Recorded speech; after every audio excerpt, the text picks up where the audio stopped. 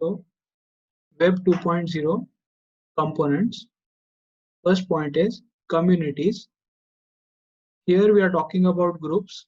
We have seen a question that what are the types of groups in social media. Then there are also individual communities where you will follow someone or someone will follow you and you can share your thoughts, ideas and all kinds of tools are available for communities. So the first component of Web 2.0 is components, communities. Then second component is RSS generated syndication. Okay, I have already explained this. Moneycontrol.com, ClickBuzz. Okay, these are the types of website where everything is not updated. Only certain small tabs are updated after a few seconds again and again. Okay. Then blogging. These are the websites like WordPress and all where you write your blog. It can be a journal, a personal diary. Okay. These components are introduced so that you have freedom to write anything you want or share anything you want. It can be relevant or irrelevant, sensible or nonsense, anything you can write. Then folksonomy. What is folksonomy? If you see a video on YouTube or Facebook or WhatsApp, what you will do is you will tag another person in that video. Okay. If you write their name somewhere or you mention them somewhere, okay, when they access their social media accounts, they will see that you have mentioned them or tagged them somewhere. Okay, so that is basically what is called tagging. Okay, so it is possible only in Web 2.0. Okay, that we call as folksonomy. It is called as folksonomy. Then Ajax and other technology. It helps in loading the data faster. Okay, here we are not talking about constantly updating the website or a web page. Okay, here we are talking about loading the web page faster by using the cache files. Okay, then file sharing and podcasting. Now in YouTube there is a function that you can go live and you can talk with anyone you want. It can be for minutes or hours or days. Okay, you can be live for days also, there is no issue with that. So what you're doing is you are either podcasting or sharing something. Then mashup. Now what is a mashup? What you will do is you will use a music service, video service, then a person talking, then some text on the video. So you will use 3 to 4 other services and create a completely new service. Okay, you can call it a video production service. Okay? So this is all possible in case of Web 2.0. You can do mashups and all. Okay, the TikTok videos, Instagram videos, and these videos are all results of these mashups. Okay, they will put a music in background, they will shoot a video, they will write the description of the video. Okay. So mashups are possible only in Web 2.0. They were not possible in World Wide Web. Then Wikipedia. Now Wikipedia has a complex document management system. It was also there in the WWW, but now it has become more interactive and it has got now more references and it allows you to share anything you want in relation to that matter. So Wikipedia is also a important component of Web 2.0. So here remember communities, folksonomy, blogging, then RSA generated syndication, Ajax and other technologies, then Wikipedia, file sharing and podcasting. These were the Web 2.0 components.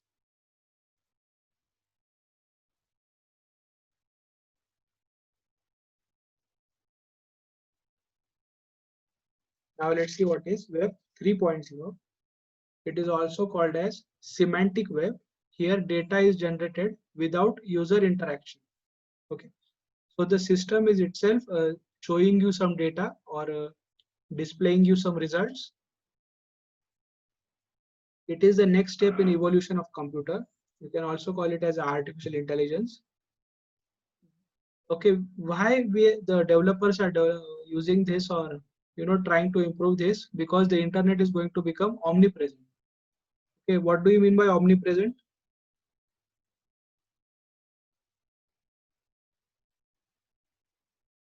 One and only song. Okay. See, what does omnipresent means is wherever you see, there will be internet after some days. Okay, if you want to open your bathroom, if you want to turn on a tap, if you want to turn off a tap, if you want your gas to work, okay, internet is going to be everywhere after a couple of decades. So what they are trying to say is, as internet is going to be omnipresent, we want the machines and internet to do all the things by itself, okay, so that you don't have to invest a lot of time. It will show you the best results for almost free of cost. Okay, only what you will need is you will only need internet. For example, if you want to join a class, what you will do is you will search for one of the classes on the internet. Now, if any class has not paid for any advertisement or promotion and all, that kind of advertisements or that classes will not be shown to you. You will be only shown those classes who has paid for social media marketing. So as soon as you post a query in relation to that, it will keep on showing you results after a specific periods of time till you actually gain a service. So internet will be omnipresent means everywhere where you see, there will be only internet. Okay, businesses will thrive only because of internet. So that is why we will say internet will become omnipresent, the only source for advertisement and promotion. Then it is capable of answering questions like a human being. Now let's see what are the components of Web 3.0. Again, semantic web and web services. Let's see what is semantic web. It is a common framework to share and reuse data. It allows data to be processed by machines. So now what we have to do is we have to code a machine in such a way that it will extract information. It will edit it in such a way that we can understand it, and then it will do sequencing of that information that average level user can also understand. And after we do that, it will post the questions and the answers, questions and answers in that format. That is basically the semantic web. Machines will take contextual decisions. They will combine all the relevant information. For example, if you ask on Google that what are the benefits of eating eggs every day, okay, it will tell you the health benefits. It will tell you the uh, how it will improve your motor skills, how it will improve your mental health and all. Okay, so what it will do is it will not just refer to one of the websites, it will combine all the literature that is available on the internet. Not just that,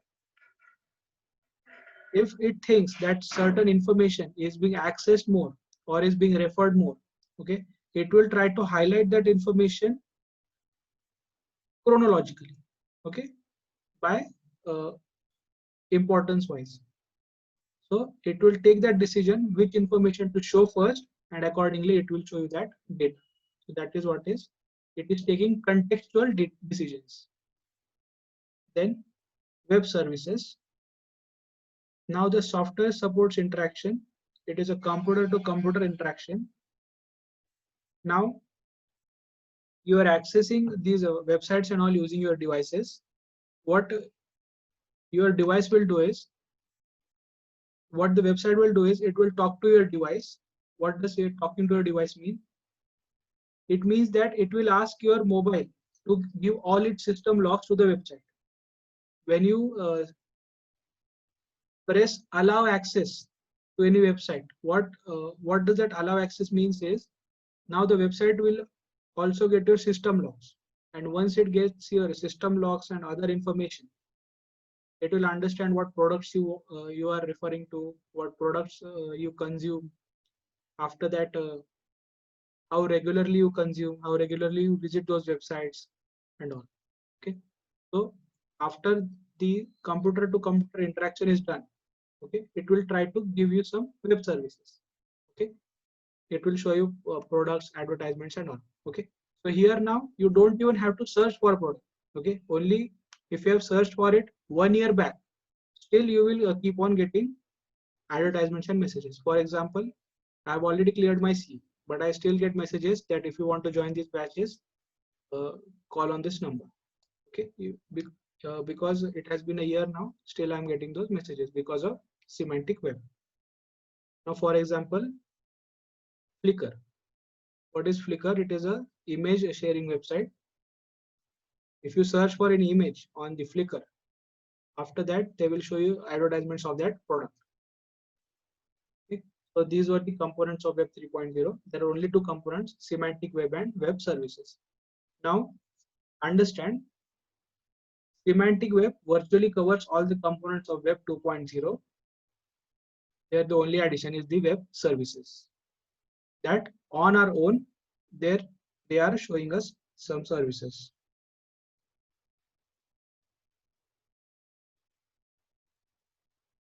Okay, thanks for watching. Is any questions you have relating to chapter number 8? We have finished with the chapter number 8, emerging technologies. Any question is left or you want to ask any query, you can ask now.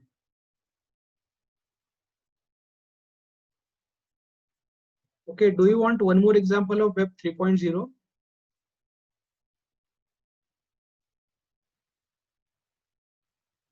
Okay, I will give you one complicated example, very complicated example now. Suppose I am going to meet someone on Sunday. Okay. What I will do is I will book a restaurant. I will make the reservations, okay, beforehand. So what I will do, I will go on Google and I will search that what are the best restaurants in my local area. Then what are the decent restaurant places where there is no alcohol and all. Okay, as per my need. Now what will happen is I will get 2 or 3 messages that or advertisements that in these restaurants this much discount is available, then it is this much far away, the rating of this website is this much. Okay, after you book a restaurant, automatically cab services, they will also show you advertisements. Then after cab services, it will also show you advertisements for shopping, that if you want to go for shopping before going to the restaurant. Then after, if you want, it will also show you advertisements of movies if you want to go to the movies and all. So all these web services, okay, it will combine all these things and it will show it to you in such a way or in a chronological manner to uh, help you in taking better decisions. Okay, so that was a complicated example for Web 3.0. Okay, this does not happen if you are doing it using Web 2.0. Okay, how the system is able to do all this is, see, a lot of people all over the world are using internet now for placing orders and all. You can easily track consumer patterns here. Using that consumer patterns, now machines are learning the consumer behavior and making contextual decisions. Okay, it is like economics. You are understanding the consumer behavior and taking decisions.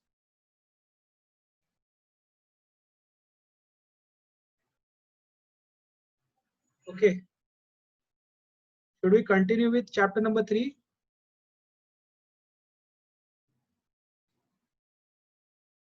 Yes, done with chapter number 8. Any questions you have?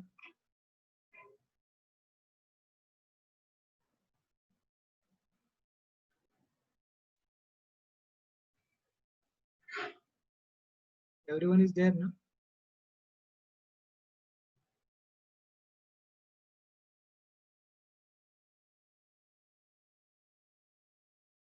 Don't skip.